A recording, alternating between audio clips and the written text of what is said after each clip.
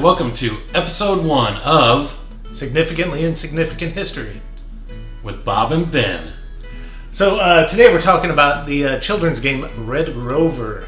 Yeah, we're going to tell you some things about the origin of Red Rover that maybe you didn't know, and even if you went online and looked, you're going to get some half-truths there, I guess you could say. Because if you Google Red Rover, you're going to find out it was like 1890s in New York when they came up with it. And that is not the way it actually went down. That's right. It actually originated during the Civil War. Yeah, it originated in West Virginia. The eastern part of West Virginia.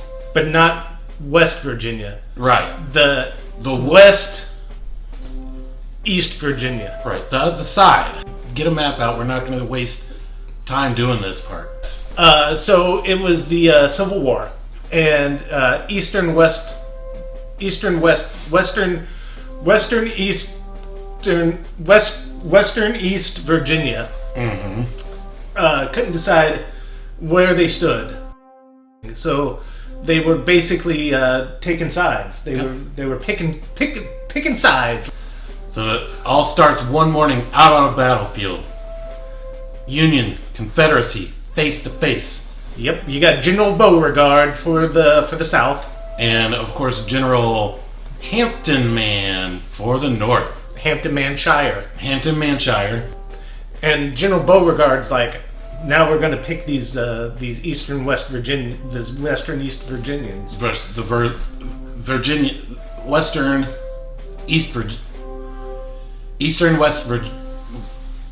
Virginians from the Eastern West. Yeah, so imagine General Beauregard standing up and he says, "Send Smithson over." So Smithson, unable to make up his own mind, decided to run over and join that side. But the problem is, if let's say some guy was a real chunker, like couldn't hide behind a tree or shoot or anything, they would all join their arms together and keep him from getting over onto their side.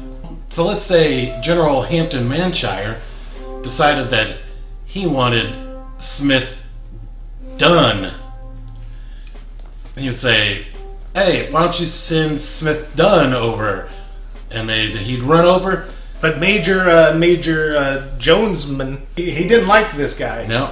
And neither did any of the other guys, like Cookie and... Cookie. Well, there were 3 cookies, and one of them was the cook. So they all joined together. The other 2 not cooks. No, they were just also kind of chubby guys who liked cookies. So they joined arms to block Smith Dunn from getting through.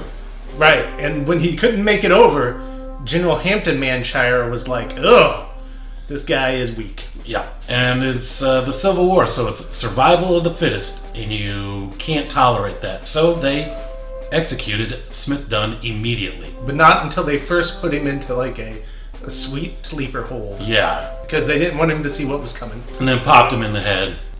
Yeah, with a long gun. Yeah. Bloof! So this went on for, 4 scores. All night and day. Till every man was either dead or had picked a side. But back then they did not call it Red Rover.